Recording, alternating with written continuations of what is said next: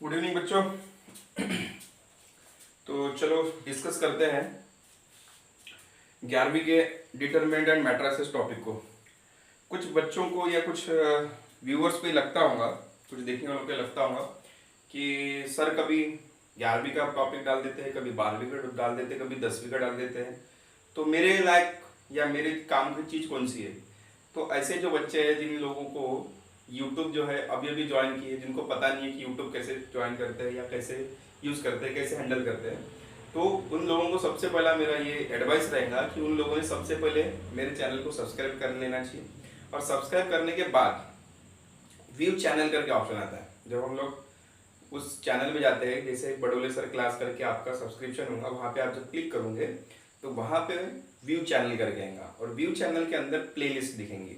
तो उस प्लेलिस्ट को आप यदि जब क्लिक करोगे तो वहाँ पे आपके इंटरेस्ट की चीज़ें दिखेंगी। मतलब आप 11वीं में दी हो तो 11वीं के टॉपिक दिखेंगे, आप यदि 12वीं में हो तो 12वीं का टॉपिक दिखेगा, और आप यदि 10वीं में हो तो 10वीं के टॉपिक दिखेंगे। ठीक है, तो इस टाइप से आपको अपने लायक जो चीज़ है या अपने काम की जो चीज़ है वो देखते रहना है। ठीक है, so let's start our session. Okay,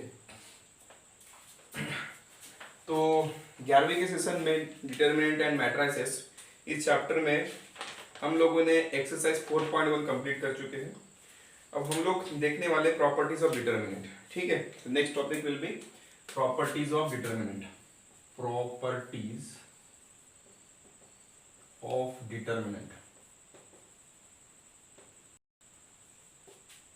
properties of determinant मतलब डिटरमिनेंट की कुछ प्रॉपर्टीज, कुछ गुणधर्म बोल सकते हैं। ठीक है, चलो तो कुछ प्रॉपर्टीज यहाँ मैं एक्सप्लेन कर रहा हूँ। अच्छा, ये जो प्रॉपर्टीज है वो प्रॉपर्टीज को मैं जैसे बुक में लिखा है वैसे इंग्लिश में भी लिखूंगा, और उसको समझाने के लिए मैं हिंदी में भी लिख दूंगा। ठीक है, चलो देखो फर्स्ट प्रॉपर्टी क्या बोलता है, आपके बुक से ही उठा रहा हूँ सीधा सीधा। ठीक है, क्या बोलता है first property, the value of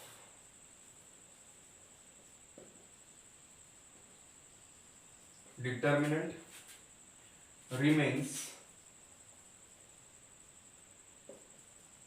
the unchanged, remains unchanged, remains unchanged, remains unchanged if rows, if rows are turned into columns, turned into columns, and columns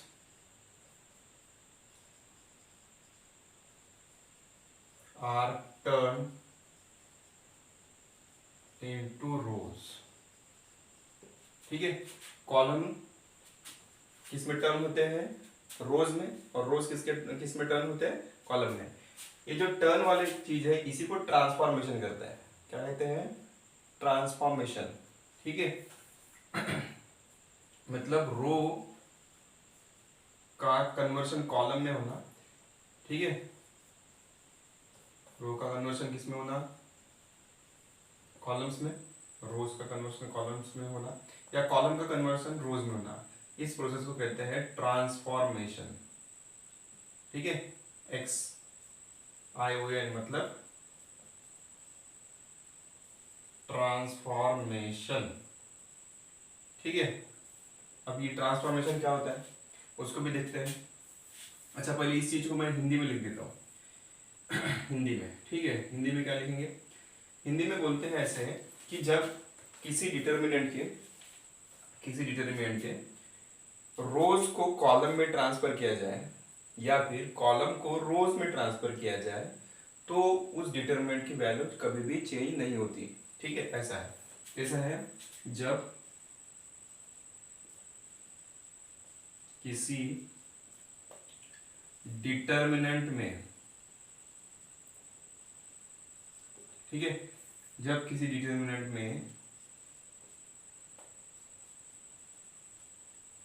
रोज को, ठीक है, रोज मतलब लाइंस है ना, अब रोज को रोज ही लिखते इसलिए रोज लिख रहा हूं मैं।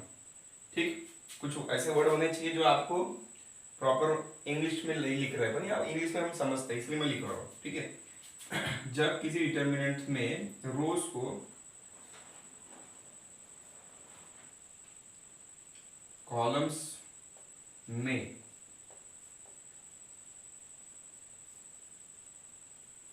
ट्रांसफॉर्म मतलब बदल दिया जाए,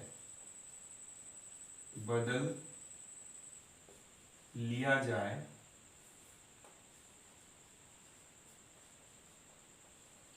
तब भी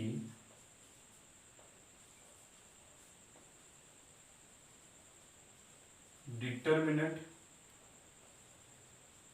की वैल्यू बदलती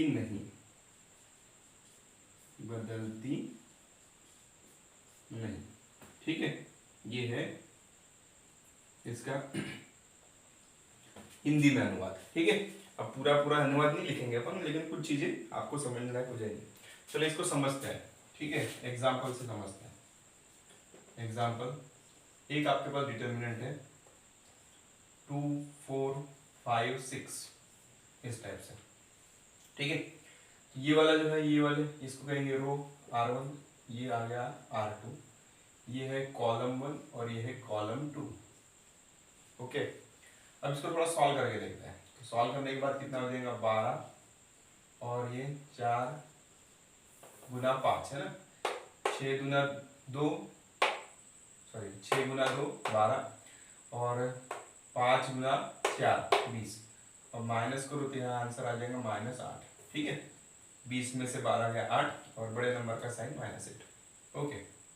अब क्या करें, इसको ट्रांसफॉर्म किया जाए। इसको कैसे करेंगे, ये जो रो है इसको कॉलम में कन्वर्ट करो, मतलब जो ये हॉरिजॉन्टल है, हॉरिजॉन्टल इनको वर्टिकल करो, ठीक है। जब मैं क्लास में पढ़ाता तो बोलता हूँ आड़ा खड़ा, वैसे ही है ये जो आड़े देखो, ये रोज है ना आड़ा, इसको खड़ा कर दो तो 2 4 कर दो, ये भी आड़ा, इसको खड़ा कर दो, ठीक है। समझ में आ गया। तो जो रो थे उसको कॉलम में कन्वर्ट कर दिया, ठीक है। ये अब चेंज हो गया। अब इसको सॉल्व करो, कितना आएगा देखो, अभी भी कितना आएगा 12 और -20, आंसर कितना है -8। तो रो को कॉलम में ट्रांसफॉर्म करने के बावजूद भी डिटर्मिनेंट की वैल्यू सेम होती है, बदलती नहीं। ये आपका फर्स्ट प्रॉपर्टी है, ठीक है। अब सेकंड प्रॉपर्टी को समझते हैं। आपको समझ में आ गया हो ऐसा मैं मान के चलता हूँ, ठीक है। सेकंड प्रॉपर्टी की तरफ चलते हैं अपन।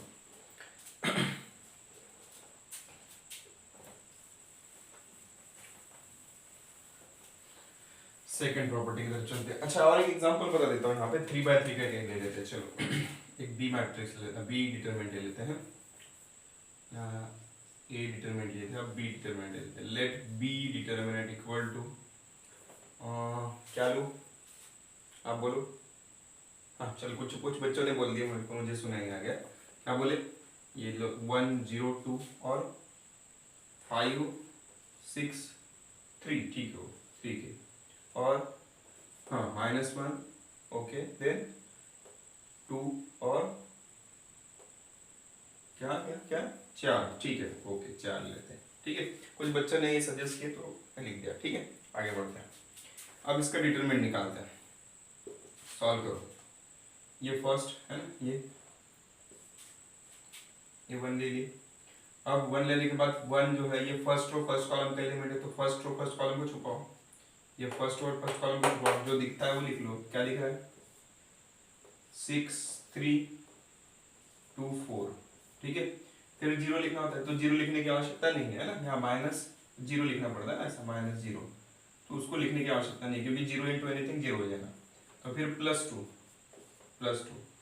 अब ये फर्स्ट रो थर्ड कॉलम का एलिमेंट है, तो फर्स्ट रो थर्ड कॉलम को छुपाओ।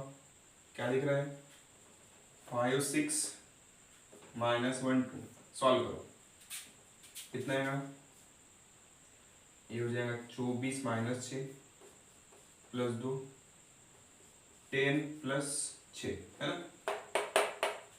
तो यहाँ आ जाएगा 24 में से 6 गए, 24 में से 6 गए कितना आ जाएगा, 24 में से 6 18, ठीक है, +2 10 और 6 16, ठीक है। 18 प्लस 16 गुना 2 कितना हो जाएगा 32, 32 है ना। अब ये हो जाएगा 10 और 3 और 1 4 और 1 5, ठीक है, ये आ गया 50। अब क्या करें, इसका ट्रांसफॉर्मेशन ले लेंगे, ठीक है। ट्रांसफॉर्मेशन कैसे लेंगे, ये देखो ये रो है ना, ये रो, ये एक रो और ये और एक रो, इनको खड़ा कर दो। ये देखो ये आड़ा है, आड़ा है ना, इसको खड़ा कर दो। 1 0 2, इसको भी खड़ा कर दो। तो 5 6 3, देखो ये 5 6 3 ऐसी थी, इसको खड़ा कर दिया।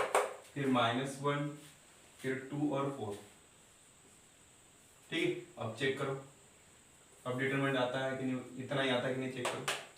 ये 1 लो, 1 फर्स्ट रो फर्स्ट कॉलम का एलिमेंट है ना, तो फर्स्ट रो फर्स्ट कॉलम को छुपाओ, क्या दिख रहा है 6 2 और 3 4, फिर -5, ठीक है। माइनस क्यों, फार्मूले तो माइनस है ना।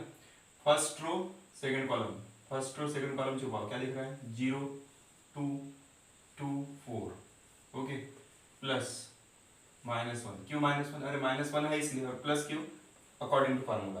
पहला फर्स्ट टर्म आता है पॉजिटिव, फिर negative and last term positive, लेकिन ये पहले से ही नेगेटिव है तो नेगेटिव तो लेना ही पड़ेगा, है ना। फर्स्ट रो थर्ड कॉलम, तो 0 6 2 3, ओके, सॉल्व करो, हो जाएगा 24 -6, है ना, -5, ये 0 -4, ठीक है, 0 4 इंटू 0 0, है ना, लिखने की अलग से आवश्यकता नहीं। और यहाँ पॉजिटिव इंटू नेगेटिव नेगेटिव, है ना, 0 एंड -12, सॉल्व करो। 24 में से 6 गया 18, ठीक है, नेगेटिव नेगेटिव पॉजिटिव 20 और नेगेटिव नेगेटिव 12, ठीक है। सबको ऐड करो, सबको ऐड करो, देखो 2 + 0 2, 2 + 8 10, 0 एक बचा, ठीक है, कैरी 1, 2 प्लस 1 + 2 3, 3 + 1 4, 4 प्लस कैरी 1 50, ठीक है। तो यहाँ से भी प्रूव हो गया कि आपका डिटरमिनेंट जो है उसके रो और कॉलम को ट्रांसफॉर्म करने के बावजूद डिटरमिनेंट की वैल्यू एज इट इज रहती है, कांस्टेंट रहती है, ठीक है। नेक्स्ट देखते हैं अपना प्रॉपर्टी।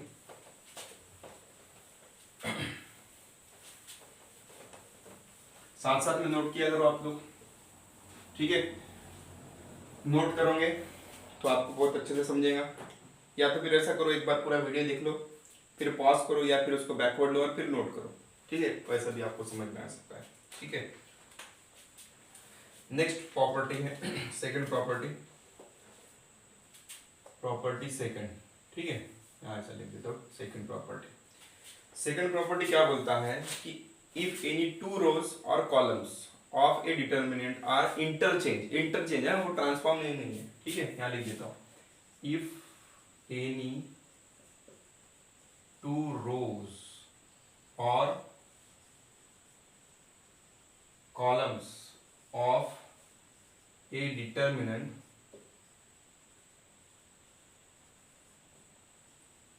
are interchange, ठीक है, इसके पहले अपन ने ट्रांसफॉर्म लिखे थे, ठीक है, are interchange then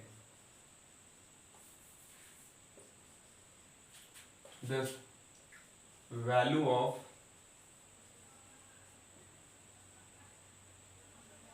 determinant changes by sign, ठीक है। साइन का मतलब यदि पॉजिटिव हुआ तो नेगेटिव, नेगेटिव हुआ तो पॉजिटिव, ठीक है। इसको हिंदी में लिख देता हूं यहाँ पे, जब किसी डिटरमिनेंट के कोई भी दो रोज और दो कॉलम क्या करते हैं, इंटरचेंज करते हैं। इंटरचेंज का मतलब आपस में बदल कर देते हैं, आपस में बदल लिए जाते हैं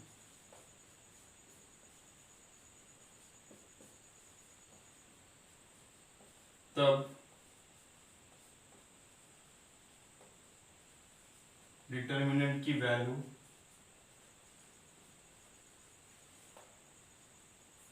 सिर्फ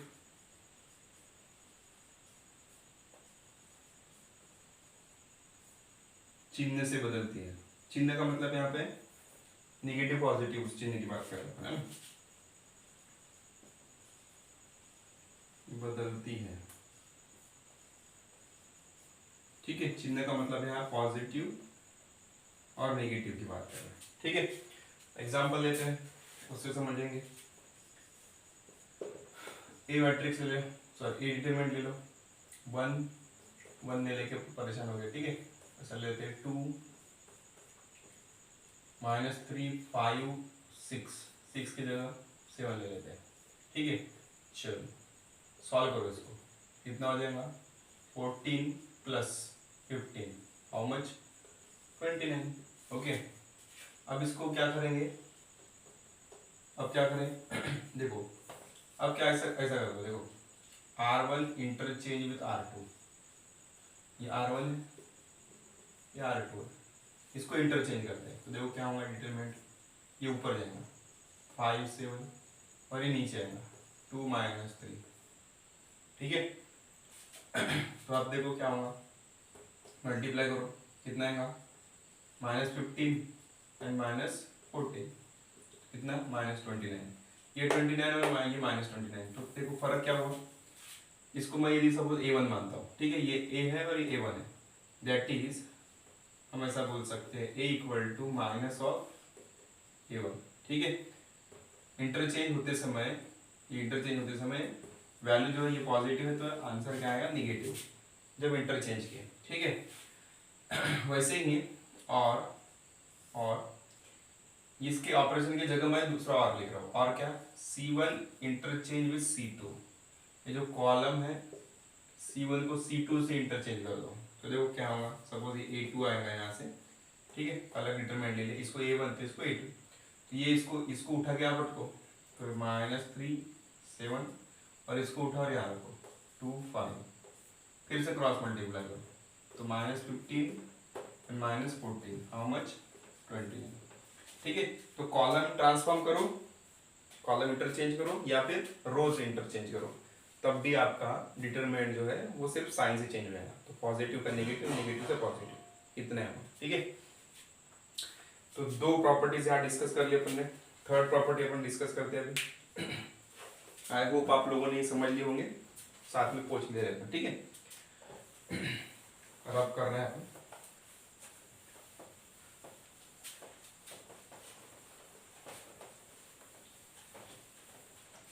चलो थर्ड प्रॉपर्टी समझते हैं। थर्ड प्रॉपर्टी क्या है,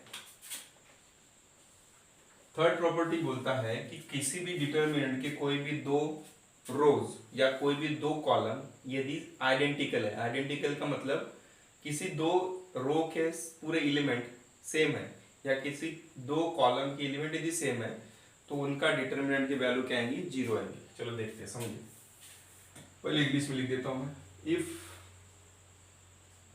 any 2 rows or 2 column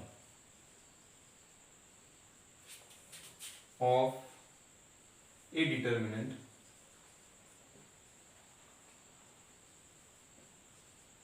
are identical, then the value of determinant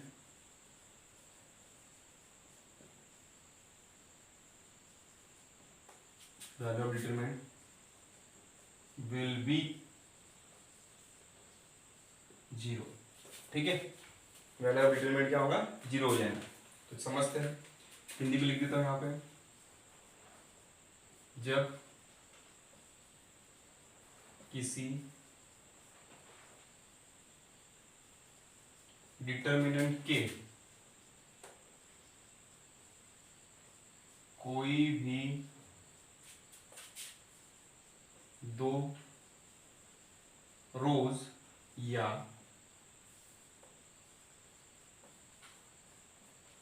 कोई भी दो कॉलम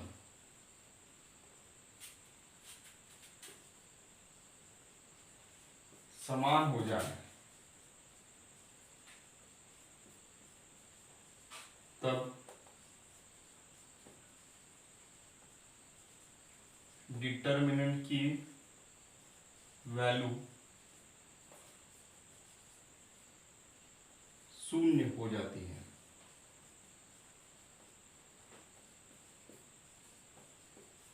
ठीक है, ये आपका हिंदी में अनुवाद है। ठीक है, एग्जाम्पल समझते हैं। एग्जाम्पल फिर से एक डिटरमिनेंट ले लेते हैं। मान के चलो 1 2 3 1 2 3 एंड 4 5 6। ठीक है, अब इस डिटरमिनेंट में ये दो कॉलम जो है, ये देखो, ये फर्स्ट कॉलम सेकंड कॉलम है, ये फर्स्ट कॉलम और ये सेकंड कॉलम, ये फर्स्ट कॉलम और ये सेकंड कॉलम और ये थर्ड कॉलम। तो फर्स्ट कॉलम और सेकंड कॉलम की एलिमेंट क्या है, आइडेंटिकल। तो इसकी वैल्यू जीरो आती कि नहीं देखते हैं। चलो देखते हैं क्या होगा। ये 1 है ना, ये 1 उठा लिया। फर्स्ट रो फर्स्ट कॉलम का एलिमेंट है ना, ये फर्स्ट रो फर्स्ट कॉलम। तो क्या दिख रहा है, क्या बचेंगे, 2 5 3 6। फिर सेकंड उठा तो -1 हो जाएगा। First row second column, first row second column का एलिमेंट है, तो 2 3 5 6। ठीक है, प्लस 4। ठीक है, फर्स्ट रो थर्ड कॉलम आ जाएगा 2 2 3 3।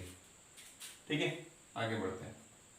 1 ये हो जाएगा कितना, 12 -15 -1, 12 -15 प्लस 4 6 -6। ठीक है,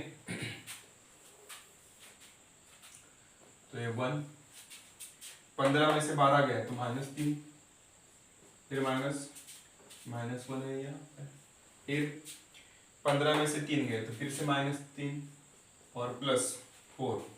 अच्छा देखो, 6 में से 6 जाएगा तो ये 0, तो ये 4 के साथ लिखने की आवश्यकता नहीं, इसको हटा देता हूँ।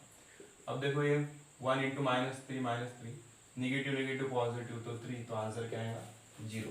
ठीक है, तो इस टाइप से रो या कॉलम के कोई भी दो रो या कोई भी दो कॉलम के एलिमेंट यदि आइडेंटिकल है तो उस डिटर्मिनेंट की वैल्यू जो है 0 आ जाती है। यहाँ से प्रूव हो चुका है। ठीक है, 3 प्रॉपर्टी कंप्लीट हो गई। 4th प्रॉपर्टी की तरफ चलते हैं। ठीक है, ऐसे ही कोई आप डिटरमिनेंट ले सकते हो जिसके दो रो आइडेंटिकल है, चेक कर लेना उसका आंसर 0 आता है कि नहीं। ठीक है, ठीक है, इसको रफ कर रहे हैं। 3 प्रॉपर्टी यहाँ डिस्कस हो गई। 4th प्रॉपर्टी की तरफ चलते हैं।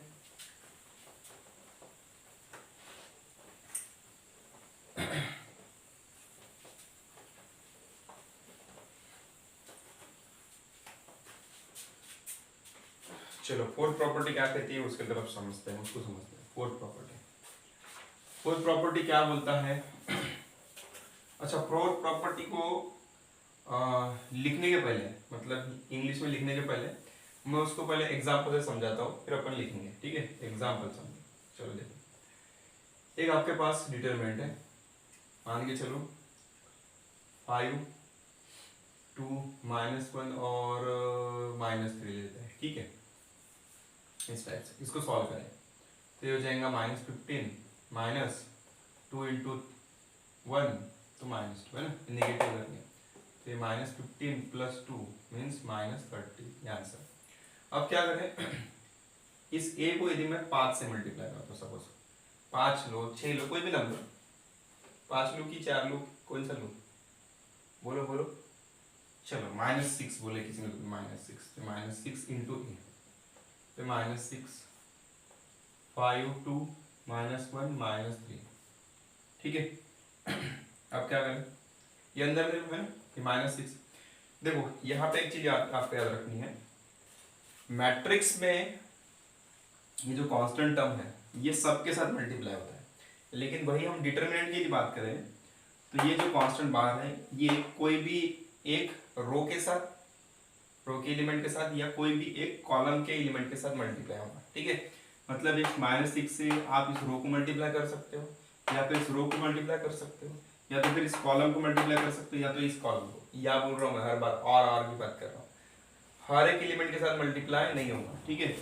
मल्टीप्लाई करो इसको, अंदर मल्टीप्लाई करो, देखो क्या होगा। मैं क्या करता हूँ, पहले कॉलम के साथ मल्टीप्लाई कर देता हूँ, तो यह आ जाएगा -6 इंटू 5, ठीक है। वैसे इसके साथ -6 into -1, okay, and 2 -3 as it is. इनके साथ मल्टीप्लाई नहीं होगा ना, कोई भी एक रो के साथ या कोई भी एक कॉलम के साथ मल्टीप्लाई होगा, ठीक है। फिर आगे देख लो, फिर कितना होगा, -30, 2, फिर 6 और ये -3। अब इसको सॉल्व करो, आगे डिटरमिनेंट सॉल्व करो, तो कितना हो जाएगा, 30 into 3, negative negative positive, -6 into 2 -12, कितना आएगा, ये आ जाएगा 90 -12, ठीक है। तो 90 में से 12 गए तो ये हो जाएगा 78, 78, ठीक है। अब 78 को कैसे लिख सकते हैं, देखो 78 को ऐसे लिख सकते हैं कि नहीं, कैसे 78 को ऐसे लिख सकते हैं कि नहीं, थोड़ा समझो कैसे। देखो -6 योल इंटू 78 का ये -6 तो ये लिख दिया अपन। आप 6 को कौन से ऐसे नंबर से मल्टीप्लाई करें जिससे आपका आंसर 78 आ रहा है, तो 13 से मल्टीप्लाई करेंगे अपन। 6 13 जा 78, क्या 13 6 जा 78, तो ये निगेटिव, ये भी निगेटिव, ठीक है। तो ये -6 है। अब ये वाली वैल्यू किसकी थी, ये वैल्यू डिटरमिनेंट ऑफ ए थी, ठीक है। तो ऐसा समझ जाए, मतलब किसी डिटरमिनेंट को जिस नंबर से आप मल्टीप्लाई करोगे वही नंबर आंसर में मल्टीप्लाई होगा इसके साथ, जो ओरिजिनल डिटरमिनेंट की वैल्यू थी उसके साथ। समझा क्या बोलना चाहते हैं, मतलब कोई भी मैट्रिक्स, कोई भी डिटरमिनेंट की वैल्यू। अब मैं सीधा सीधा बता रहा हूँ, देखो ये तो प्रूव हो गया। अब यदि मुझे ऐसा निकालना है, चलो देखो मुझे ऐसा निकालना है, 12 इंटू ए निकालना है, ठीक है। 12 इंटू क्या निकालना है, ए। तो देखो 12 ये जैसे कोई समझ जाएगा, और ए की वैल्यू कितनी आई थी, ए की वैल्यू कितनी आई थी, -13, तो ये -13 यहाँ ले लेंगे और सीधा सीधा मल्टीप्लाई करेंगे, कितना आएगा, कितना आएगा, 12 तिया 36, तो 3, ठीक है। सॉरी 12 तिया 36 है ना, ये 36, तो 6 लिख दिया, कितने बचे, 3 बचे है ना, 3 क्या हुआ, 12 और 3 15, तो ये 15, ठीक है। लेकिन पॉजिटिव तो निगेटिव, तो निगेटिव, तो सीधा सीधा आंसर लिखेंगे। मतलब कोई भी मल्टीप्लाई, कोई भी कांस्टेंट के साथ किसी डिटरमिनेंट को यदि मल्टीप्लाई करे तो डिटरमिनेंट के साथ उस कांस्टेंट को मल्टीप्लाई कर लो, आंसर ला लो, ठीक है। अब इस चीज को अपने को लिखना है इंग्लिश में और हिंदी में भी, ठीक है। तो समझ लेते हैं, फिर स्टेटमेंट के बारे में बात कर रहे हैं, है ना। If A determinant is multiply with a constant, then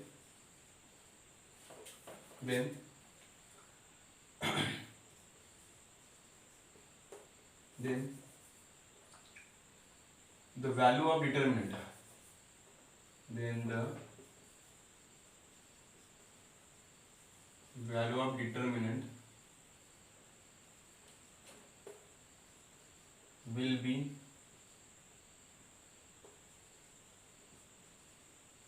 constant multiple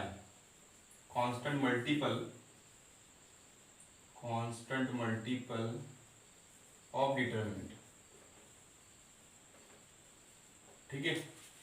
मतलब किसी भी डिटरमिनेंट को, जैसे डिटरमिनेंट था इसको -6 से मल्टीप्लाई कर दिए, तो आंसर जो है वो -6 के साथ मल्टीप्लाई हुआ था, किसका, जो ए का डिटरमिनेंट आया था उसके साथ, ठीक है।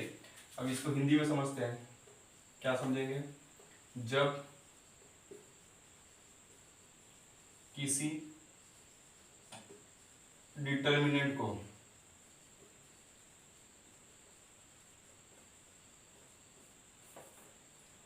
कोई कांस्टेंट के साथ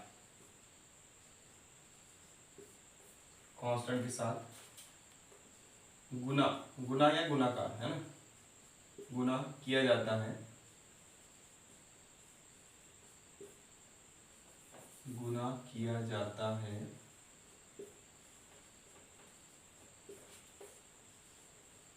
तब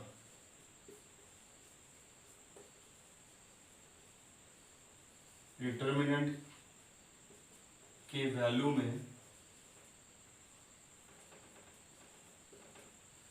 वही कांस्टेंट नजर आता है।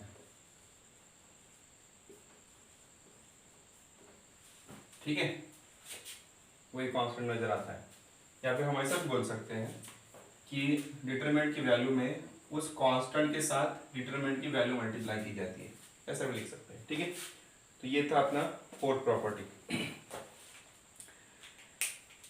अब फिफ्थ प्रॉपर्टी की तरफ चलते हैं। ठीक है, अपने पास टोटल 7 प्रॉपर्टी है, तो इसमें से फोर्थ प्रॉपर्टी अपनी हो गई है।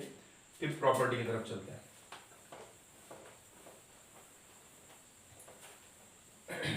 ठीक है, तो इसको तब तक लिखो तुम लोग। ठीक है, फिफ्थ प्रॉपर्टी मैं यहाँ पे एग्जांपल से एक्सप्लेन करता हूँ, फिर उसको अपन ऐसे ही वर्ड के फॉर्म में लिख लेंगे। ठीक है, फिफ्थ प्रॉपर्टी क्या बोलता है, देखो फिफ्थ प्रॉपर्टी को समझते हैं।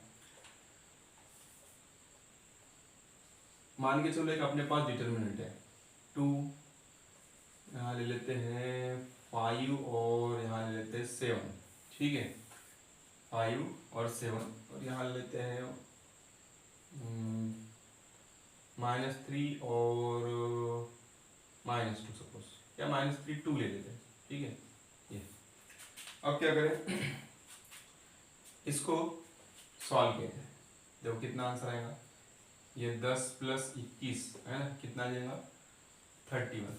ओके, अब इसी डिटरमिनेंट को 2 पार्ट में अपन डिवाइड कर सकते हैं, मतलब 2 पार्ट में इसके, इसी ए को अपन 2 पार्ट में लिख सकते हैं। ठीक है, कैसे लिखेंगे, देखो ऐसे,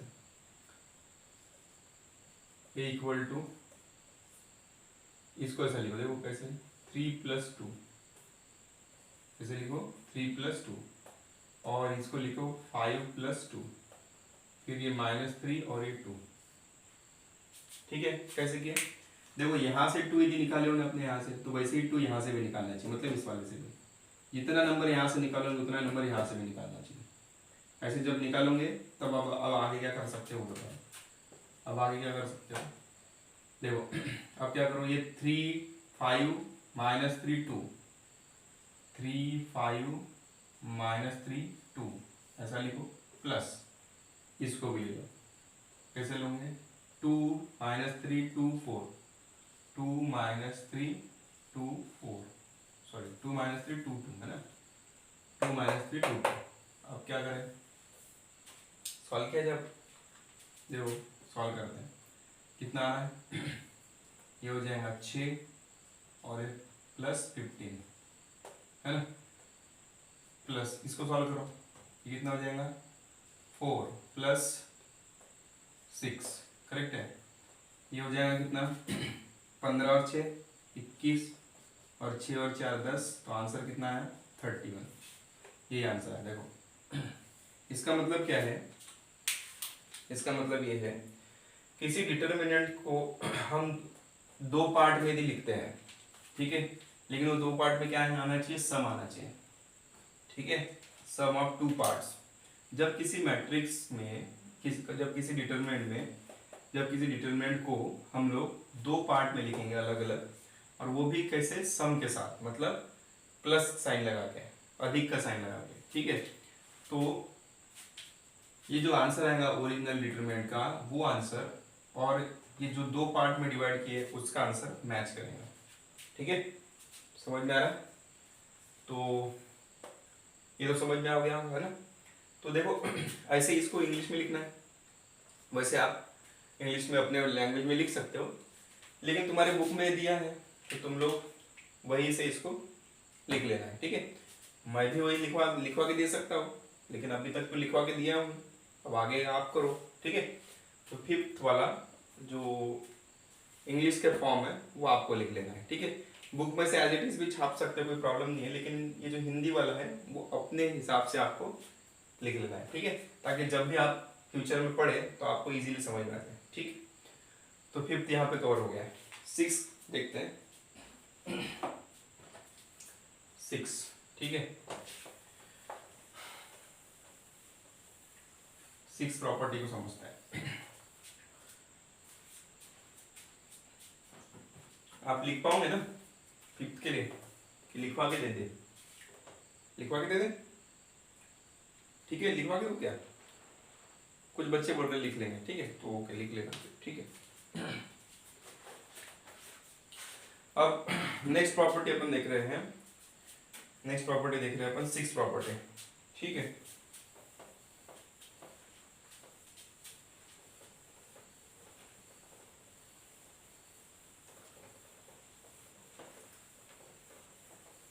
सिक्स प्रॉपर्टी है, चलो समझते सिक्स प्रॉपर्टी।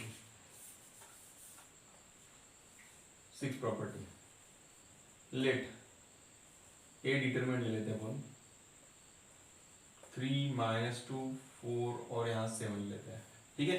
जरूरी नहीं है कि यही डिटरमिनेंट हो, आप अपने हिसाब से कुछ भी ले सकते हैं। अब देखो इसके बाद जब मैंने बारी वालों को ट्रांसफॉर्मेशन पढ़ा, रो ट्रांसफॉर्मेशन, कॉलम ट्रांसफॉर्मेशन, ठीक है, तो वो जो ट्रांसफॉर्मेशन वाली टर्म्स है वही हम लोग यहाँ पे करने वाले हैं, ठीक है।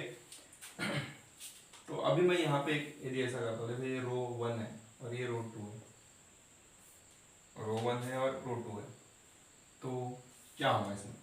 अब मान के चलो मैं रो 1 को चेंज कर रहा हूँ, row 1 changes to row 1 plus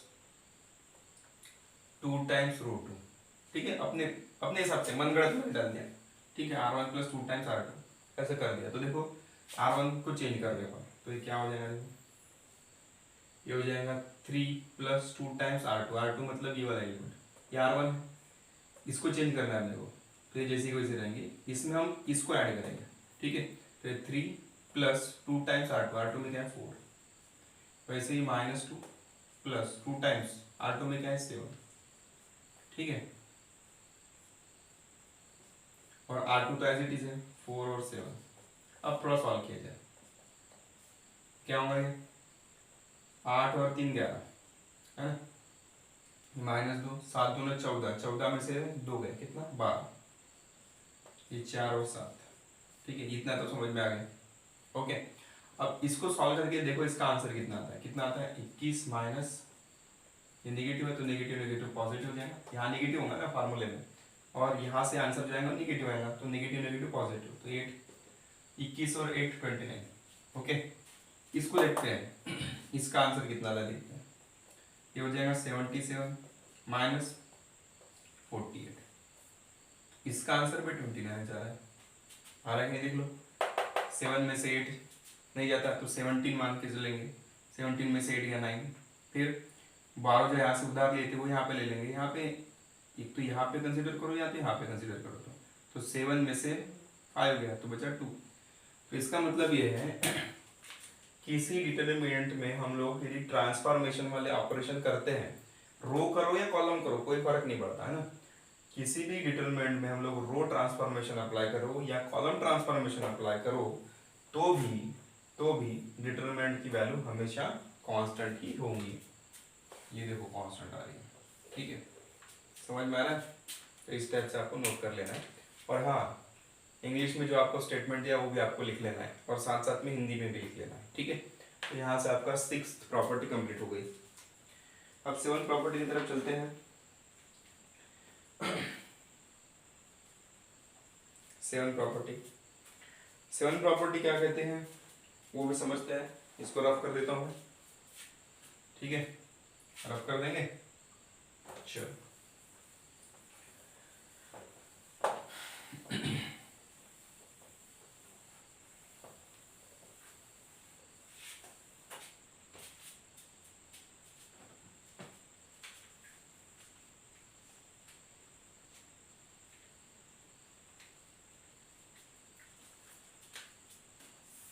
यहाँ पे एक चीज आपको याद रखनी है, 7 प्रॉपर्टी लेट, एक फिर से अपन डिटरमिनेंट ले रहे हैं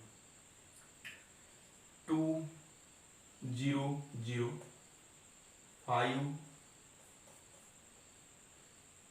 3 0 और -4 6 और सपोज ले लेते हैं 21, इतना बड़ा नंबर नहीं लेते, -7 लेते चलो, ठीक है। अब क्या हुआ, बात ऐसी है, यहाँ जो डिटरमिनेंट दिख रहा है, इस डिटरमिनेंट में ये वाले एलिमेंट 0 है, ठीक है। अब ये वाले एलिमेंट मतलब क्या होते हैं, देखो ये वाले एलिमेंट जो होते हैं ऐसे, इसको बोलते हैं डायगोनल एलिमेंट्स, ये इसको बोलते हैं डायगोनल एलिमेंट्स, है ना। जैसे अब आप यदि कोई रेक्टेंगल देख रहे हो, स्क्वायर देख रहे हो, है ना, कोई भी क्वाड्रिलेटरल देखते हो, तो ये इन दोनों को कहते हैं डायगोनल्स, है ना। ये एक डायगोनल, एक डायगोनल, विकर्ण कहते हैं हिंदी में। तो ये जो डायगोनल है, तो ये वाला जो डायगोनल है, ये वाला, ये इस डायगोनल को मेन डायगोनल कहते हैं। कहाँ मेन डायगोनल कहते हैं, अपने डिटरमिनेंट में, है ना, मेन डायगोनल या प्रिंसिपल डायगोनल कहते हैं, प्रिंसिपल डायगोनल, ठीक है, इस टाइप से। तो ये देखो, ये जो एलिमेंट रहेंगे, इन एलिमेंट को कहेंगे अपन प्रिंसिपल डायगोनल एलिमेंट्स, ठीक है। तो ये प्रिंसिपल डायगोनल एलिमेंट के ऊपर के, ये देखो प्रिंसिपल डायगोनल एलिमेंट के ऊपर के एलिमेंट्स, या फिर ये समझ में आ गया ना टॉपिक, या फिर एक और ले लेता हूँ मैं यहाँ पे डिटरमिनेंट 3 4 6 0 -1 2 ले लेते हैं यहाँ पे, एंड 0 0 8, ठीक है। अभी भी ये देखो प्रिंसिपल डायगोनल के, यहाँ पे प्रिंसिपल डायगोनल के ऊपर या फिर प्रिंसिपल डायगोनल के नीचे के, ठीक है, ये प्रिंसिपल डायगोनल के नीचे या प्रिंसिपल डायगोनल के ऊपर के एलिमेंट यदि 0 है, तो इस केस में, तो इन केस में जो डिटरमिनेंट की वैल्यू आएंगी, इन केस में जो डिटरमिनेंट की वैल्यू आएंगी, वो सिंपली इन 3 एलिमेंट के मल्टीप्लिकेशन के बराबर होगा। 2 3 -7 कितना आएगा, 6, और ये -7, तो कितना आ जाएगा, -42, ठीक है, ओके। अब इसमें कितना आएगा, ये 2 -1 और 8, सॉरी 3 -1 और 8, तो कितना आएगा, -3 × 8, तो कितना आएगा, -24, ठीक है। तो इस टाइप से आपके सातों के साथ प्रॉपर्टी यहाँ कंप्लीट हो रही है। इसका जो इंग्लिश में अनुवाद है, मतलब प्रॉपर्टी जो है इंग्लिश में जो लिखी है, आप लोग उसको नोट कर लेना है, हिंदी में भी आप अपने हिसाब से नोट कर लेना, ठीक है। तो यहाँ से अपने प्रॉपर्टीज कंप्लीट होते हैं। इन्हीं प्रॉपर्टीज के ऊपर अपना नेक्स्ट एक्सरसाइज डिपेंड करता है, जिसमें इन्हीं प्रॉपर्टीज का यूज करके हम लोग क्वेश्चंस को सॉल्व करने वाले हैं, ठीक है। तो इन चारों प्रॉपर्टीज को एक बार आप अच्छे से देख लो, समझ लो, और इन्हीं के ऊपर के क्वेश्चंस अपन कल से नेक्स्ट एक्सरसाइज में देखने वाले हैं, ठीक है। सो गुड लक, एंड आप लोगों को घर पे ही रहना है, कोरोना के जो दिशा निर्देश है उनका पालन करते जाना है, घर में रहो, सेफ रहो, घर के कुछ काम करो, घर के लोगों की मदद करो, हेल्प करो, मम्मी की हेल्प करो, पापा की हेल्प करो, ठीक है। जितना हो सके आपसे काम वो करो, क्योंकि खाली समय है तो आप अपने परिवार को अपना समय दे सकते हो, ठीक है। रेगुलर सिचुएशन यदि रहती है तो उतना समय अपन दे नहीं पाते, अपन अभी की सिचुएशन में दे सकते हैं। तो घर के भी वर्क, अपने भी वर्क साथ साथ में किया करो, पढ़ाई भी करो, और साथ साथ में जो जितने घर के वर्क है वो भी करते जाओ, ठीक है। सोशल डिस्टेंसिंग रखो, ज़्यादा बाहर मत घूमो, एंड सेफ रहो घर पे, ठीक है। तो मिलते हैं फिर नेक्स्ट वीडियो के साथ। Bye bye, good night.